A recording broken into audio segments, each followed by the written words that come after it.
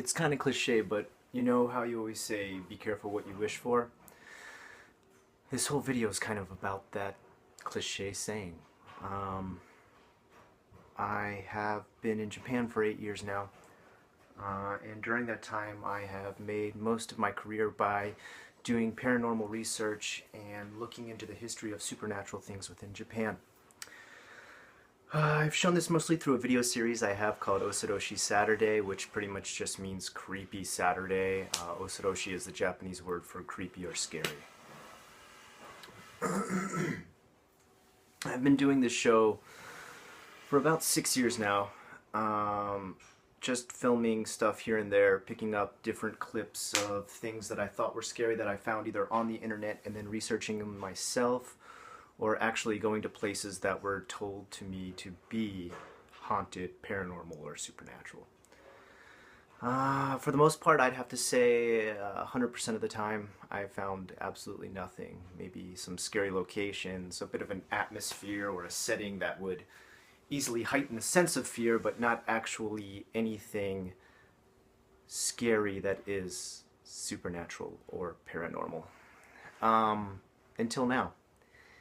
Until this video. The video I'm about to share with you here is kind of an incomplete video. I can't really say it's anything I'm too proud of because it is totally unfinished and never really got fully researched. And even though I was the one there being interviewed as we recorded, I still don't know what the fuck I saw. I don't know what my cameraman saw. I am pretty much theorizing through this whole video. So you're allowed to make your own theories, make your own comments, trash the video any way you want to. I really don't care. Was it worth my time and effort? I don't know really. I don't know. I would probably say due to the fact of how it affected the crew and myself, it probably was not worth it. Nonetheless, I'm going to share it with you now.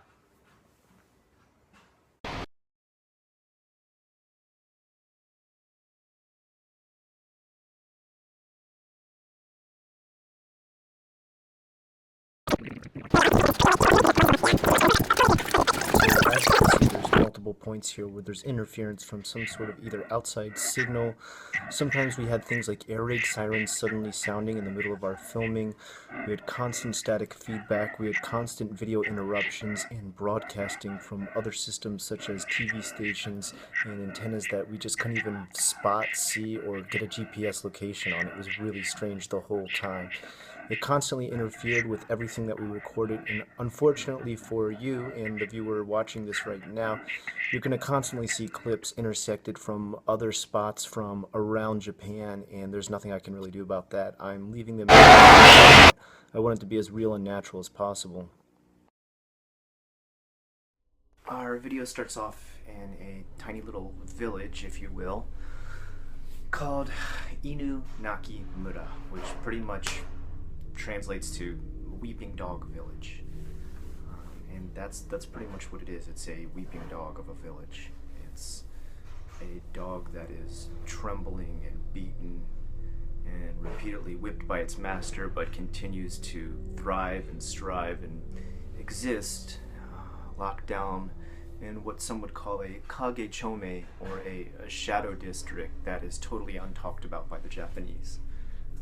People pretty much shut it out of conversations. You're not going to get any feedback if you try to ask locals that are nearby towns, or even people who live just on the other side of the tracks of it, or live within a couple miles of it, or feet even.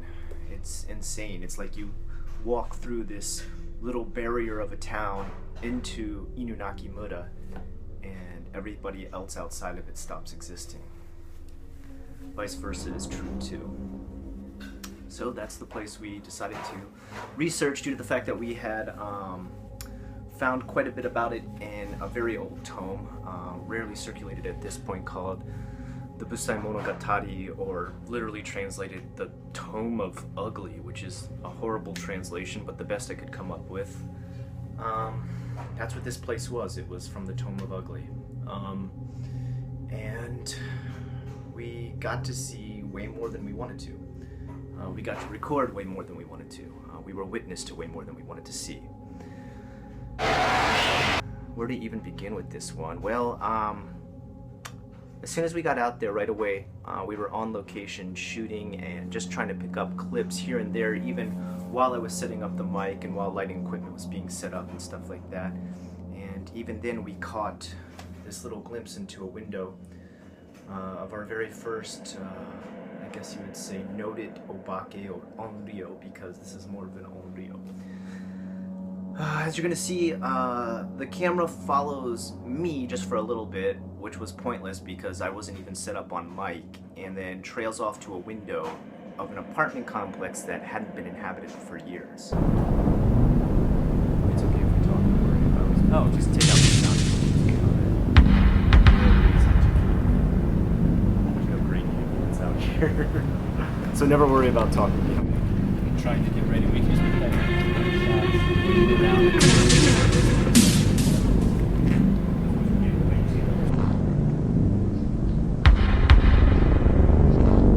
Which is odd though, is all the electricity's turned on this thing, the lights are on, and we catch a glimpse of a silhouette of a woman staring out from the window within this totally abandoned complex.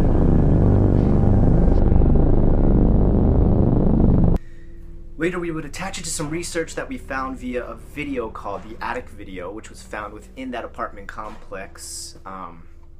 It was a video traced down through records and very, very old tapes and files put in libraries not even used anymore.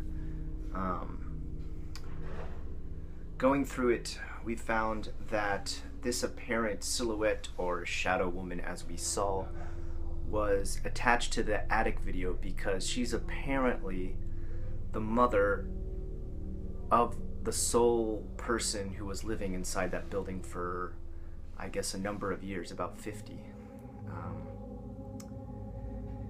As you're going to see on the video, he's in there chanting to himself, talking to himself, constantly speaking to himself, obviously in a distraught state. And apparently this man was at one time her child when she committed suicide by jumping onto the train tracks.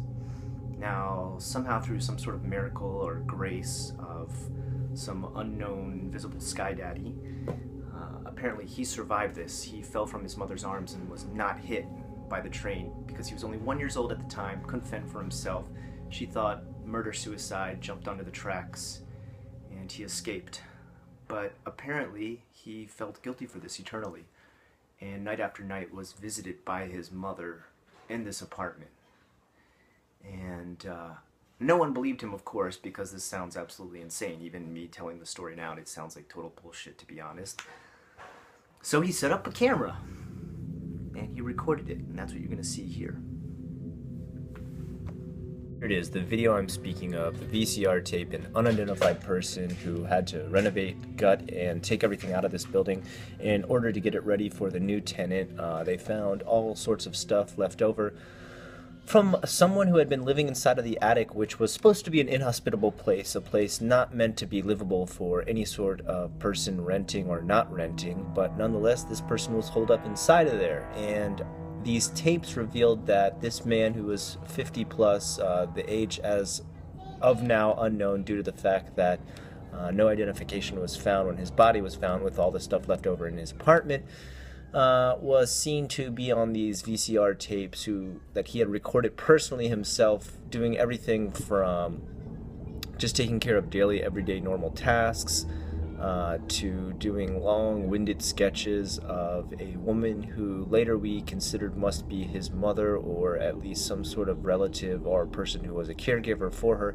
Apparently, his big strife was to try and to attempt to draw this woman's face over and over and over and over again, and this woman was most likely the woman who had abandoned him at an age of only 1 year old when she herself committed suicide by throwing herself onto the train tracks down in Ueno, Tokyo. And apparently, even though he survived, he from that day on was constantly obsessed with knowing who his mother was, knowing why she did this. I mean, understandably so, but not understandably to the fact of why it drove him to completely lead his life down this way, in which he never was able to function normally, live outdoors.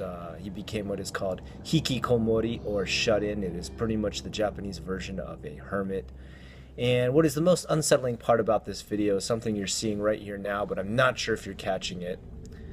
In the window in the background, I should say the sliding glass door known as a shoji, we can see images of his mother or some sort of parental or female caregiver showing up again and again in the window in a ghostly form. And we're not really sure who this is. We're not sure how it would be possible, because you got to remember, this is the attic level. It's not on the ground level. There's no way that someone should even be able to show up in the window or the door, or be able to somehow float in the air outside of this entrance. It doesn't make any sense. So what we're really confused about is how this person even shows up. It's still a mystery to the person who found it. It's a mystery to us. And it's something that maybe we would research if we had not experienced such tragic situations in our own documentary, but maybe it can be left up to you, the viewer, to research instead.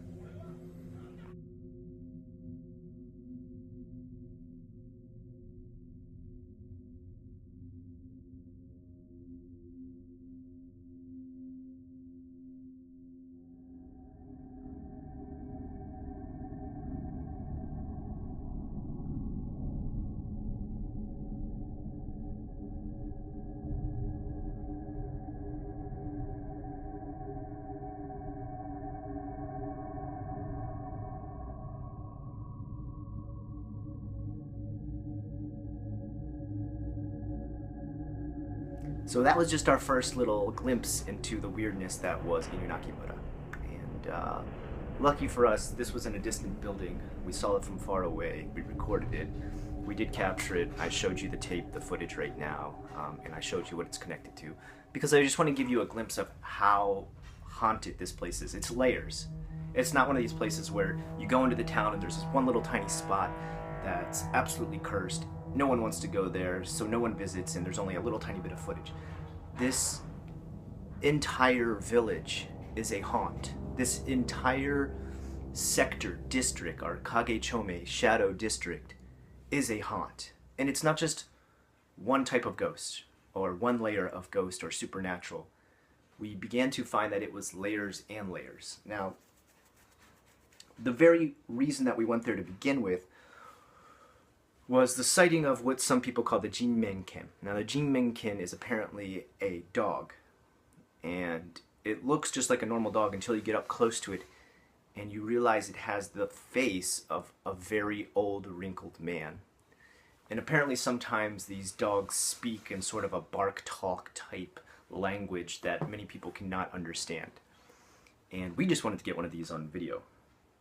And we found out by going there and getting a little more information about what a jinmenken is, that not only is there a jinmenken, a dog with an old man's face that is a oni or demon or yokai, there's also different variations, just like there would be variations of a species. There is bipedal, that means it stands up on two legs. There are the ones who worship totems of the jinmenken, so they wear masks that help them celebrate the disgusting horror of jinmenken.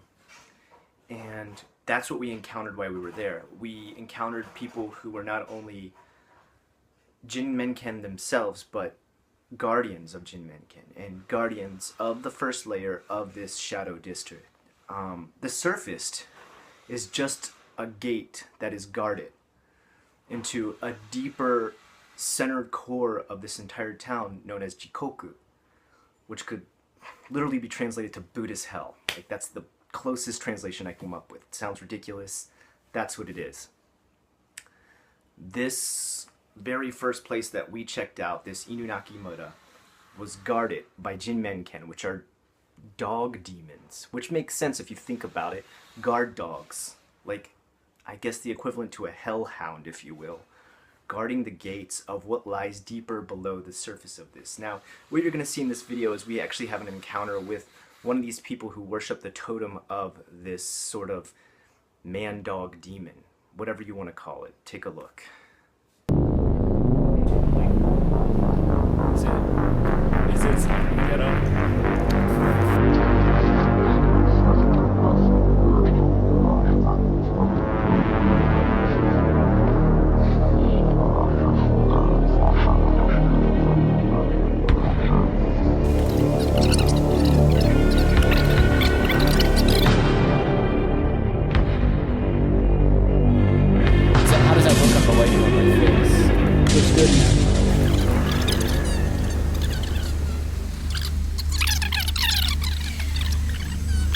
okay. We're gonna say our theory because This is a sound test, making sure the battery inside my microphone is still working. If it is, that means everything I'm saying right now is recording. on the mic. Alright, so here we are in the middle of the Japanese ghetto. And if you're wondering what the name of this beautiful ghetto is, and you're wondering why it has so much character, that's because it's known as Inunaki Mura. Also, the Weeping Dog Village. That's how that would translate. A bit strange, but I think you can kind of see where it got its name from.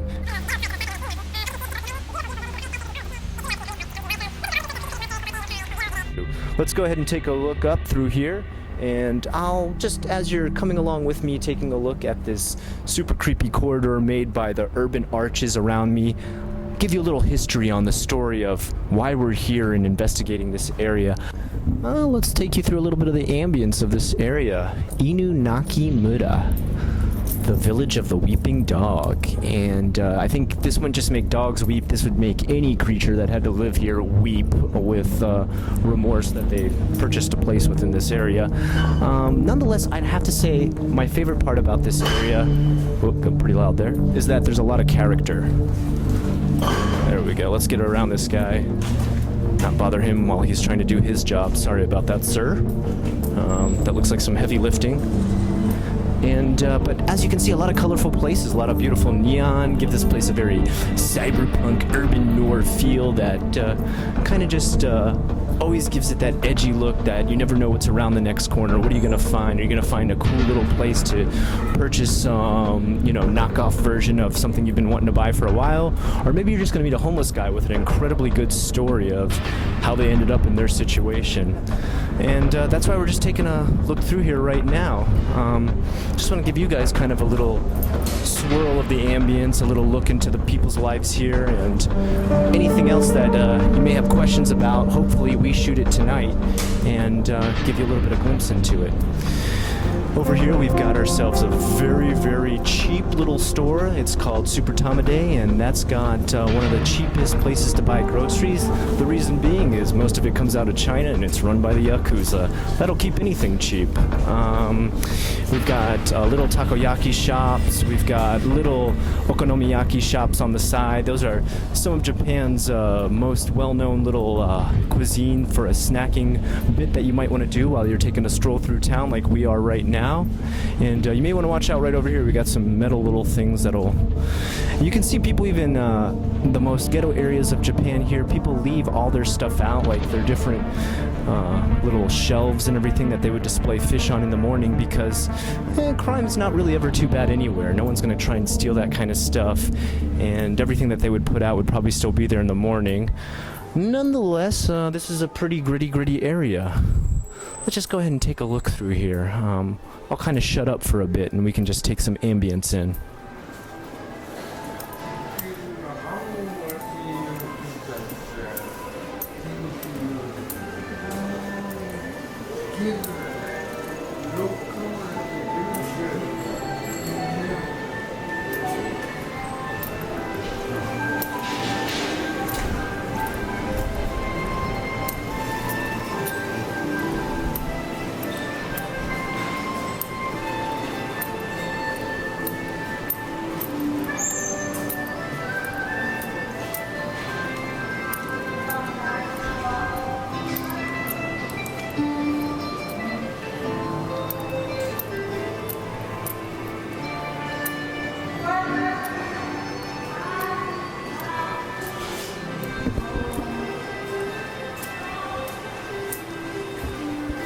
That's some great karaoke singing you're hearing coming from some of these bars. You've got these really, really esoteric and very nitty-gritty bars out here that are karaoke bars, where a bunch of oba-chan open up the shop and they keep it, open to anyone who wants to come in and just do a little bit of karaoke singing. Not the best of voices you've ever heard, but what keeps them coming back is they keep that fine-looking daughter of theirs usually running the shop and making sure everybody comes back to keep talking to her, which is kind of a snack bar atmosphere. If you don't know what a snack bar atmosphere is, well, pretty much what that is you literally pay to sit down at a bar and talk to a girl for a few hours, which I'm not sure why anyone would have to pay to keep the company of a girl unless something dirty was coming at the end, but that's not the situation. They're just paying to talk, eat a couple peanuts, and drink a couple beers. That is one of the oddities of Japan, snack bars. All right, let's take a look at this. This is when you know you're in the ghetto, right? When you got stuff like this. This is a ghetto mobile, I imagine. Look, we heard you liked ghetto, so we pimped your car out with more ghetto. They want to drive that thing around town? Yeah, I'm not really sure I would trust whatever that thing's selling. You know what? Here's one of the main little symbols of any ghetto. Coin laundry. Every country, it's international. You know you're in the ghetto when there's coin laundry. Why? Because that means the people in this area can't afford their own laundry machines. This one, maybe not so bad. I would probably worry about my panties and my bra getting stolen, though, because you guys can't see it right now, but I am wearing panties and bra. Broken. Kawareta. Kawareta. Daijoubu. I think, honestly, your clothes would be more dirty afterwards. Am I right? I mean, come on, let's be honest. Oh my god, even the soap detergent looks dirty. Jesus Christ. So, this is our modern world right here. I hope you enjoy our little step into the ghetto. Alright, we can...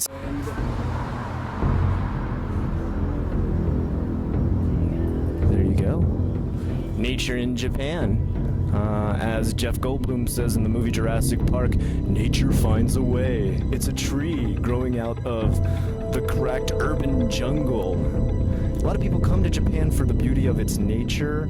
We come to Japan for the beauty of its urban settings.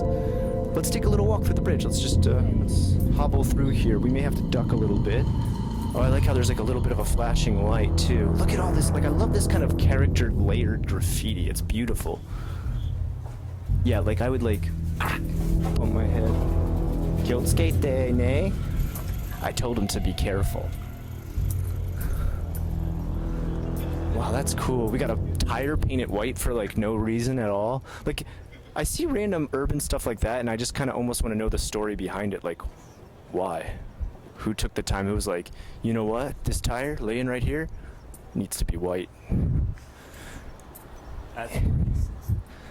That is. I think that's actually, that's Tyrist.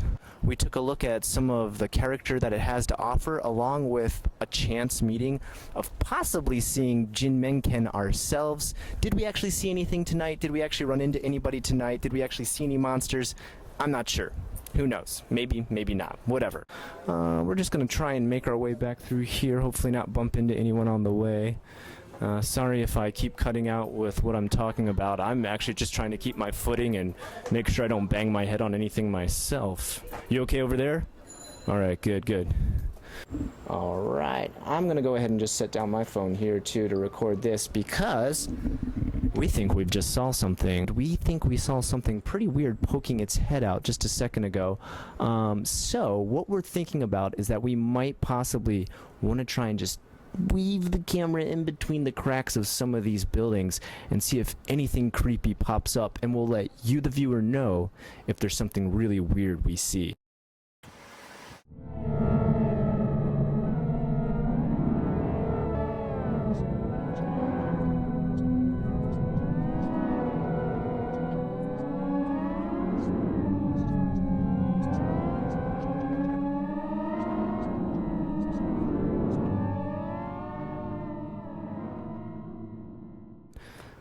We've got you over there. Now you're finally on camera for the first time. There we go. Alright, let's see if we can find anything back in this creepy little way. Be careful when you're walking through here, buddy. Like, you're gonna have a lot of things to stumble upon. Yeah, not seeing too much. Oh my god, it's really cramped. I don't know how well are we gonna get through here. Oh, it's possible. All right, good. All right. My shoe's stuck. Your shoe's stuck now? I thought you said it's very possible. It's possible. My shoe. Get through there or not? Can you get it through there or what? Dude, What? look at me.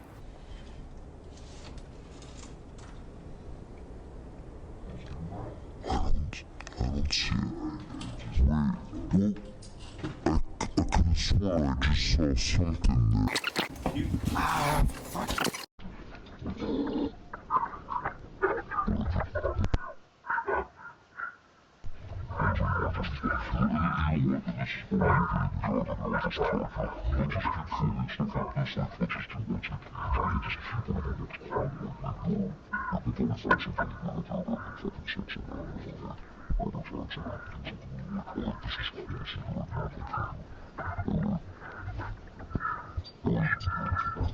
Time I didn't realise that was there. My foot was kind of stuck. I was like, what the fuck's going on? Oh shit. Yeah, see, we gotta really be careful that. We're gonna go in there. Right now I can barely see anything. I'm using my own video phone to go ahead and record a little bit. We've gotten over there. Now you're finally on camera for the first time. There we go. Alright, let's see if we can find anything back in this creepy little way. Be careful when you're walking through here, buddy. Like, you're gonna have a lot of things to stumble upon.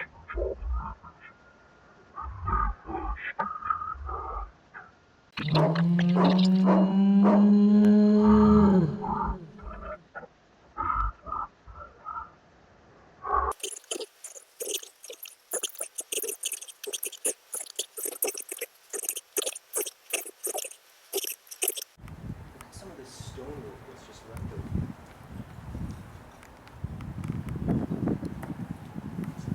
It's like a fishtail right there of koi. Beautiful stonework thing that's obviously just been smashed against the door. A bit irreverent if you ask me. What do you think? I can still get my photos developed here? Somebody in there. Hope they're not too loud. Yeah, look at this place. This is great. Oh man, that's why I love big so Alright, kind of a step down in there, so just watch out for the grates on the side. Yeah. But I think, yeah, you're pretty clear to run through here. This can be a really good chase scene. Pretend that we came out from that. Yeah. And then what should we turn this way? Look, we can keep going for a while, dude. Do you want to take a walk down here too? Does everybody see how well? Can you back up, Scott? Yeah, go.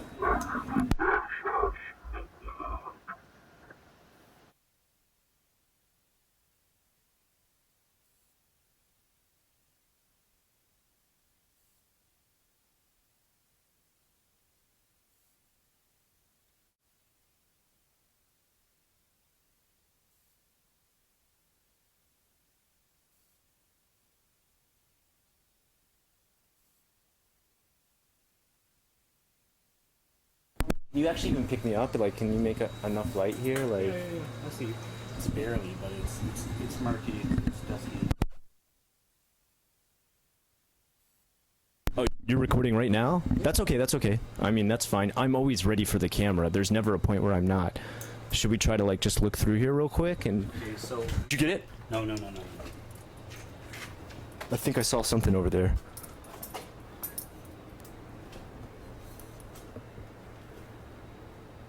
Okay, go. I'm not getting that close to that thing, man. Whatever it is, man. I'm not getting that close to it. Screw that, man. I'm gonna be professional, but I'm not gonna get killed at the same time. Fuck that. Get the fuck out of here. Let's go. Oh, fuck. Is it gone?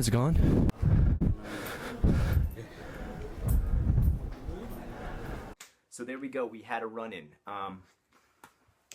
We had our first run-in with I don't know, something in between the demon and human world. It came after us, and it came after us with a frenzy. It wasn't just kind of a trot behind us. It was coming at us full speed. Like, you could hear this thing breathing. There was a stench and odor coming off of it. It emanated death and rot.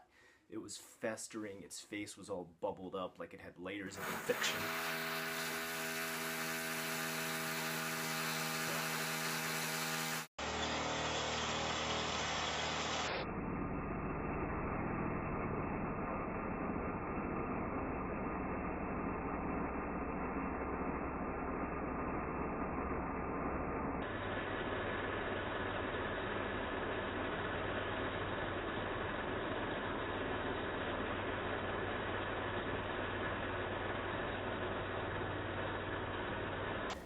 All right. Am I already recording? Maybe. Should I beatbox? Yeah. Okay, that's enough. All right, guys, I hope you enjoyed what you saw tonight. I don't know so much that we enjoyed running from random creepy things that we were seeing in the shadows. I personally believe our eyes are playing tricks on us. I mean, let's be honest. We're going to probably stay skeptics even after encountering a little bit of what we saw tonight. That's most likely a ghost train, but I'm just going to ignore that too. I will say it was a very interesting night, and a night with a lot of character and layers in it, due to the fact that just the nitty-gritty, awesome layers of this city and all the different urban noir and darkness that it has to offer really makes a great backdrop for a place to hunt ghosts, demons, or whatever the hell we were after tonight. Did we actually see Jinmenken tonight?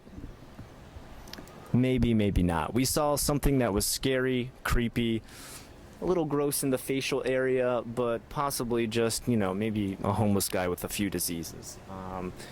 I'm personally going to remain, you know, on the side of skeptic. I don't really believe there's a lot out here. I do believe there's some shady parts of this area town, but for now, we're going to call it a night, head back to the office, and begin to edit.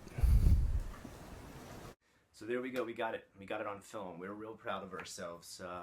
Urban explorers that we were, we traveled through this disgusting little town. No one would talk to us.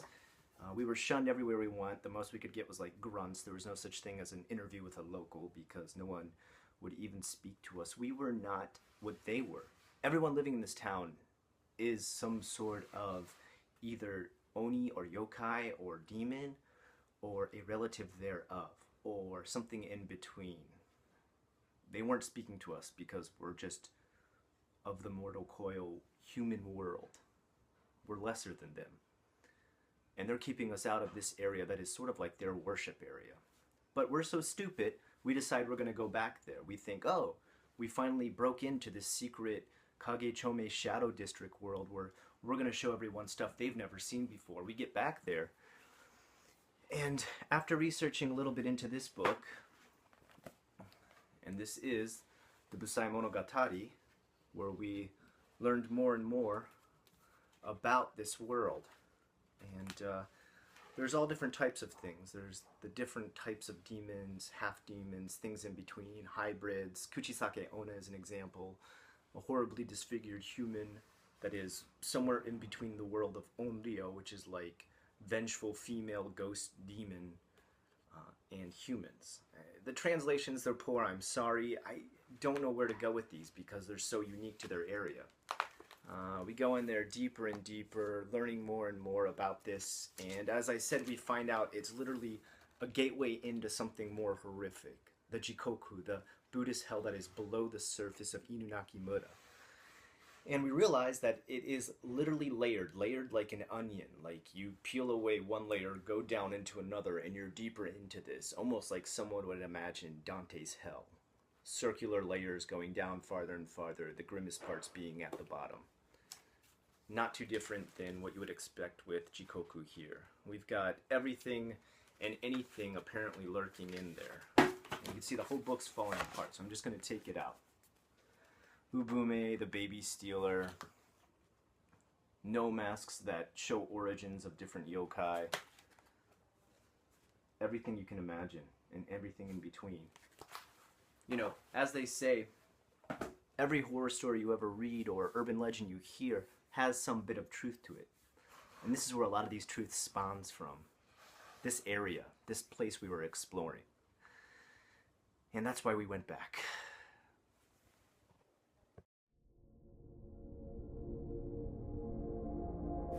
What's up, everybody? I'm back here once again in Inunaki Mura, and you're probably wondering why, and also why I don't have a microphone to be professional.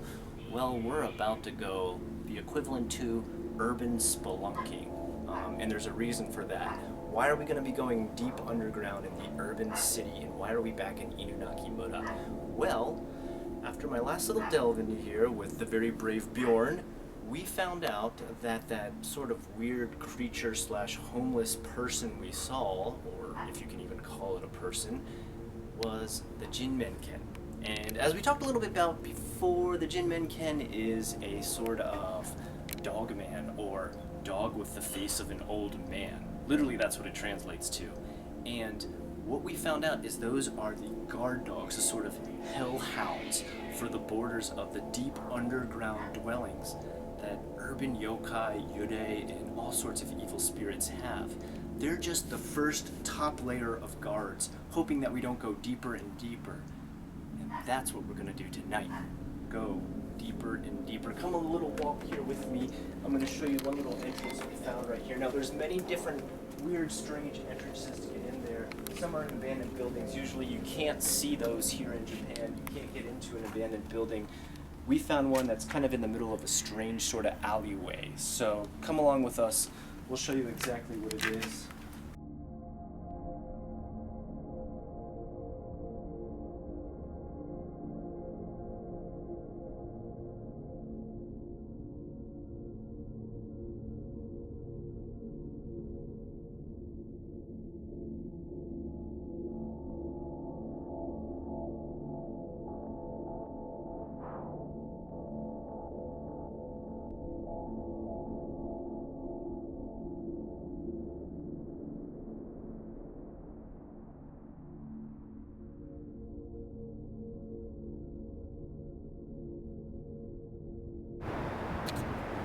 Alright, so wild enough, here is the entrance to the next level. Jikokumachi. This is Jikokumachi Gate, or the Death Gates into Buddhist Hell. And wow, just wow.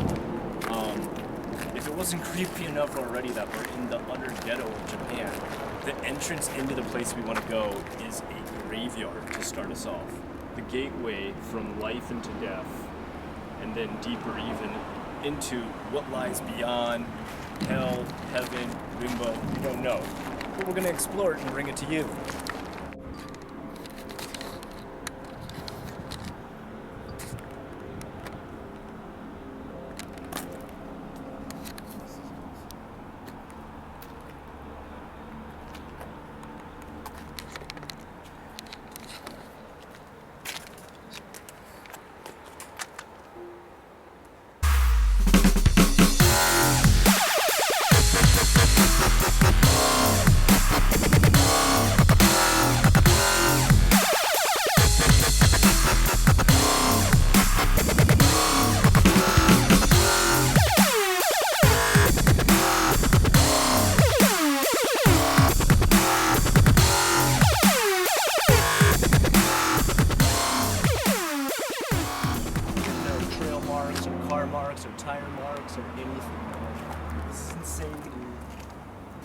There's barely even room to like walk through the rows in here. Holy shit. It's funny how much of a parallel the city is to the graveyards. You look up and here's these stone buildings that you'll live in your whole life until you end up in the same type of stone building. You'll stay in all your death as well until you're nothing but dust. Wow, ashes to ashes. Never was there a better burial.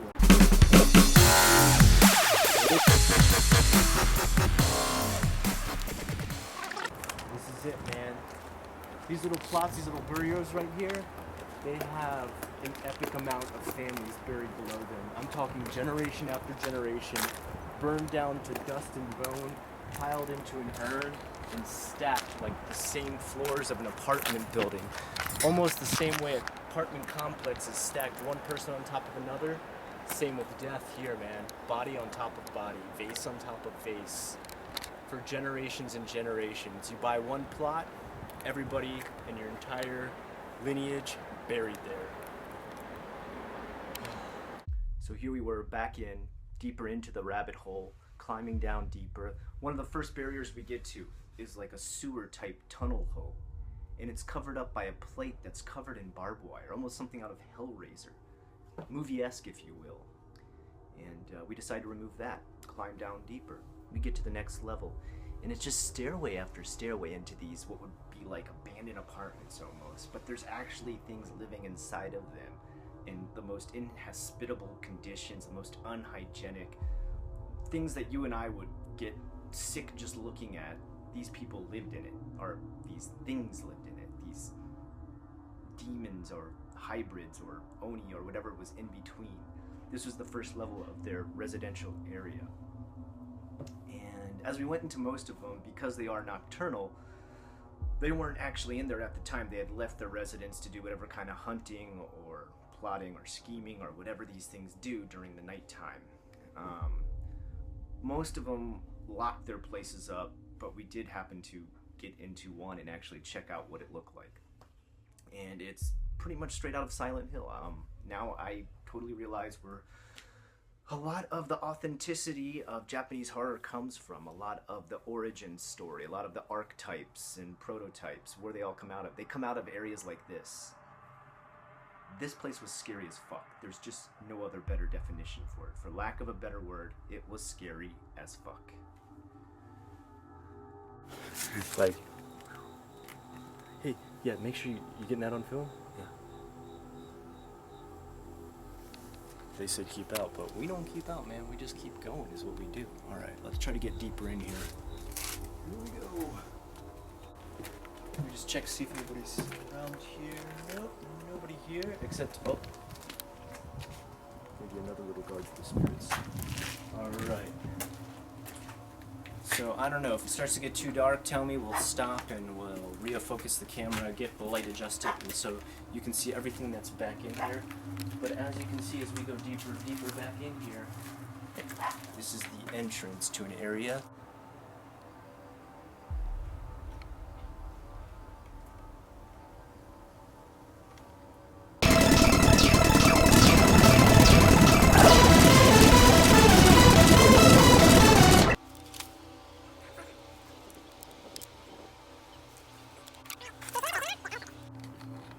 Zoomed in. Oh yeah. Oh, sorry. Zoom back out. I apologize. Wait, that was my I'm just fault. gonna.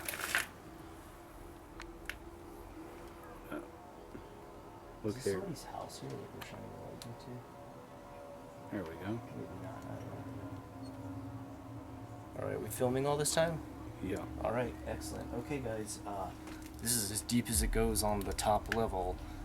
We're gonna do our best to push our way in here. We need to watch out. We need to be careful with our step because, look, you've already got things like barbed wire and stuff sticking out here.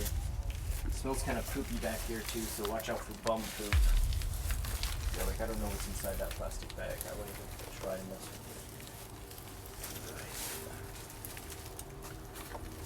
it. There's not even a handle on it. All right, guys, you ready to go in? Let's go.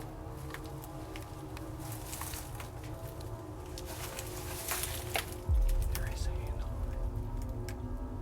Can you see if it's open? Oh, there is a handle. It's just really deep under the weeds. No. Okay, wait a second.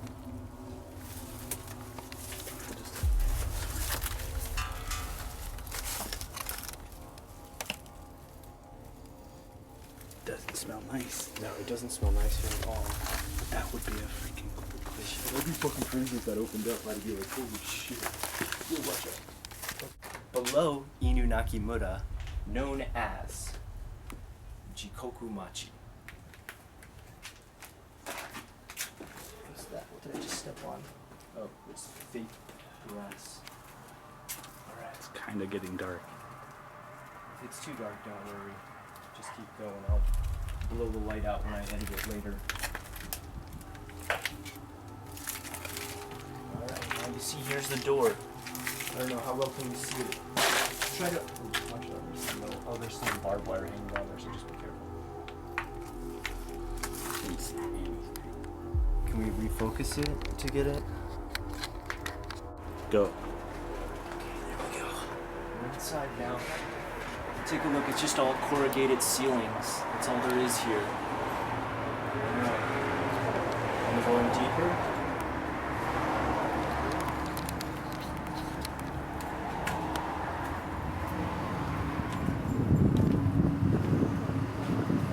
Fluorescent lighting, boarded up windows. Ancient bedrooms. This doesn't really And way look too modern good. houses. Yeah.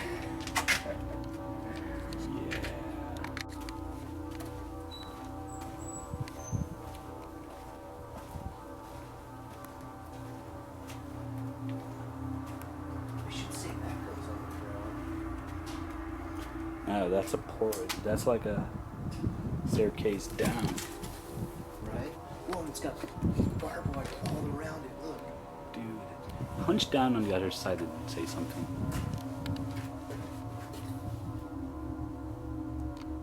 Are you already filming? Yeah, I've been filming for a couple minutes. Alright, man. Take a look. It's the next level down. A door covered in barbed wire.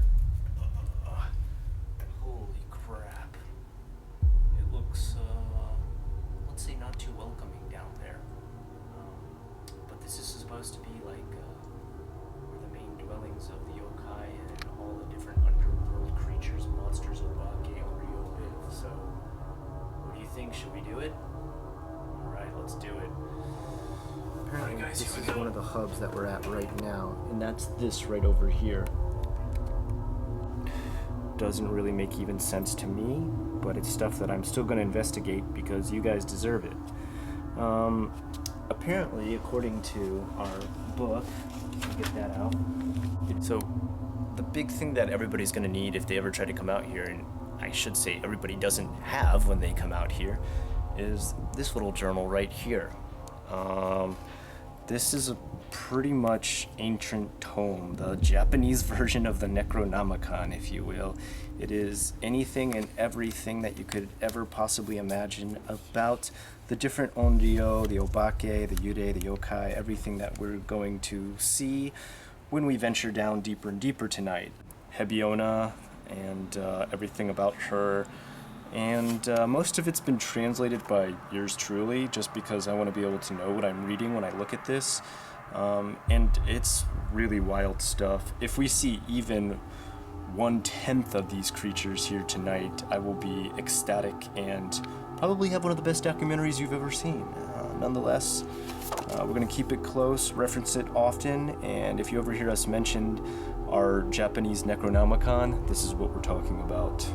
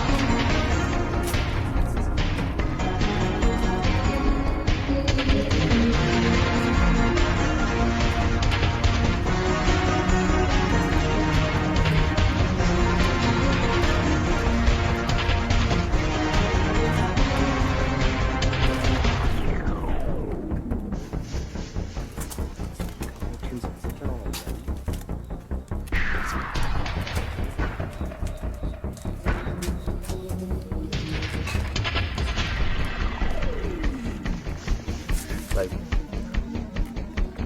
yeah, make sure you're getting that on the video.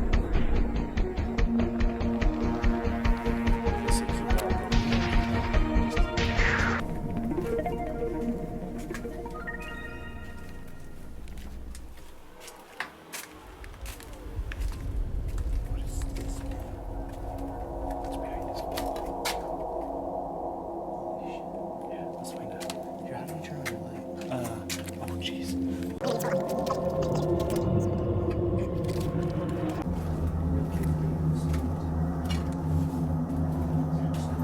It was hard, man.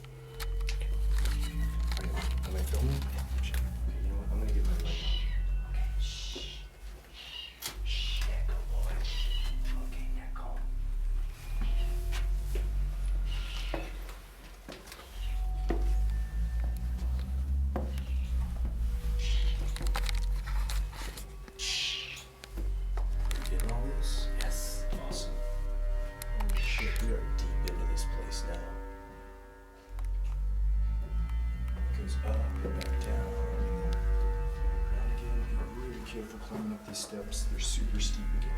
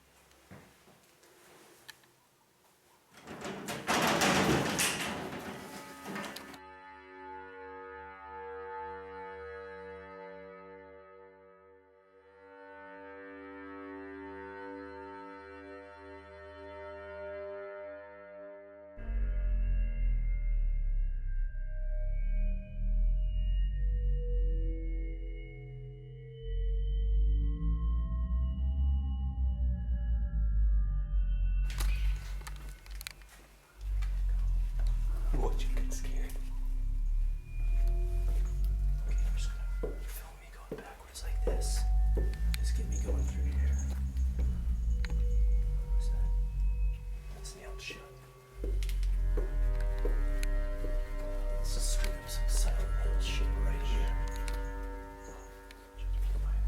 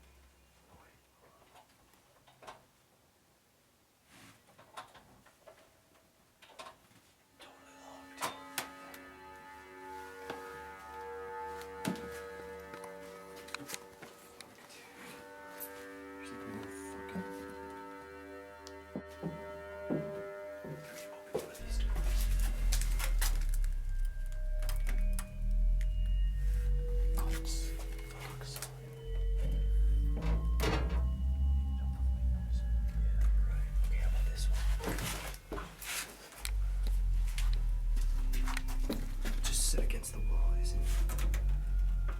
Dude. Let's do it. Okay, let's go.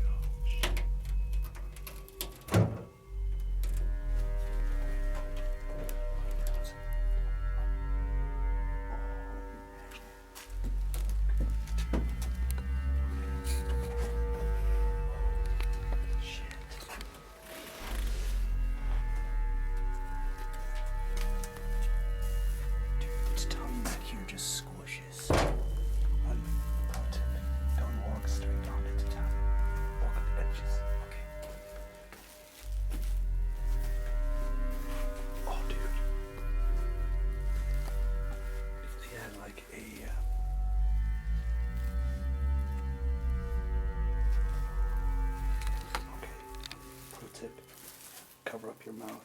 There might be asbestos.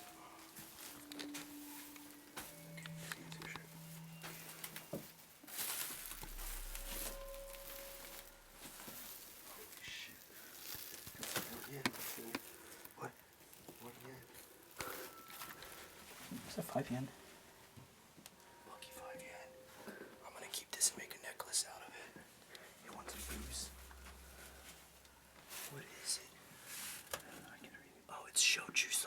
soy sauce.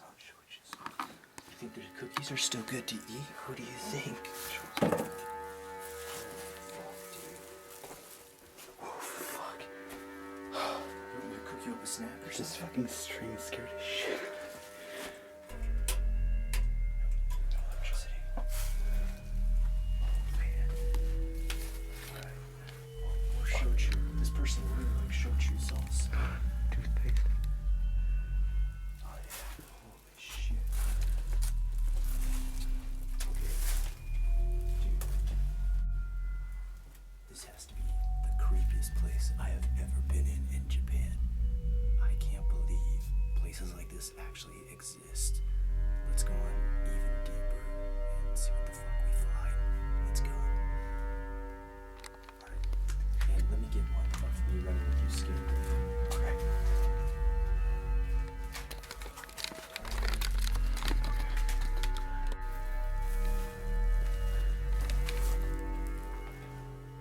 Oh shit. Where the fuck am I?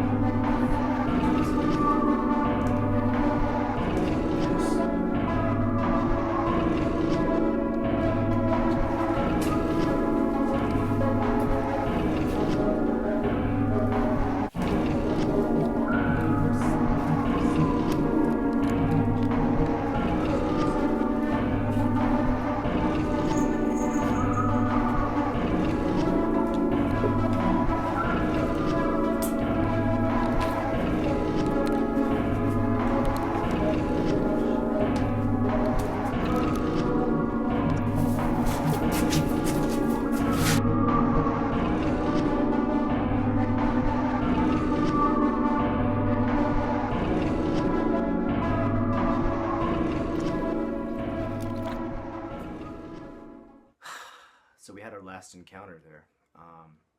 That's where we came in contact with some sort of thing that had a mask on over its face, and then over the mask was another layer that was like human flesh, but it was also dropping off, it was peeling off, it was hanging like a beard. There was these weird symbols carved into the head, into the cheeks of it. Below the chin there was really small kanji carved in, that stuff I couldn't even read. It was such old kanji, I can't even translate it. I have no idea. My research doesn't go that deep. Let's just say we got the fuck out of there. There was no point in trying to stay and risk our lives just to make a video. Afterwards, cameraman Bjorn fell violently ill. He's still in the hospital right now recovering. And our light guy, he is not alive anymore.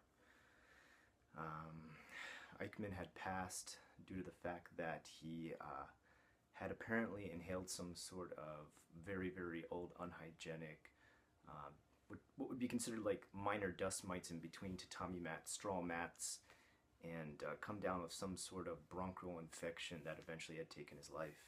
And for that, I say sorry. I'm sorry. You know, it wasn't my plan to get anybody killed on this. And you know, you think like you go on these dangerous things where stuff is coming at you, and You think it's either going to be someone who doesn't want you to see the area or something that doesn't want you to see the area. It's going to be the thing that kills you, but instead it turns out the lingering diseases and unhygienic conditions is what can kill you. And for that I take full responsibility. Will we ever go back in there? I don't know. Apparently, looking at a map again of this whole area, we hadn't even gotten past like a guard post. The first layer was just a guard post. Apparently, as you get down deeper, it gets dirtier, creepier, just more hellish. Apparently, it even gets into a point where the biological aspects become housing environment, so that the walls are literally breathing and bleeding and crawling and pumping. Will we ever get that far? I don't think so. I don't think anything could ever possibly push me to go back in there again. You know, make of it what you will with the video that you saw. You can make up any kind of theory you want, or laugh or goof around and say, ha, this guy's really funny with what he's shown us. It's a bunch of goofy abandoned warehouse shit, and anybody can make a cheap horror movie like this. You're right. You're totally right. But that's not what this was. I think you can tell I'm pretty genuine on camera when I am there, and everyone else who's behind the camera is just as genuine. We experienced genuine tragedy, and I genuinely regret that we ever went there and had our own encounter with the cursed urban virus.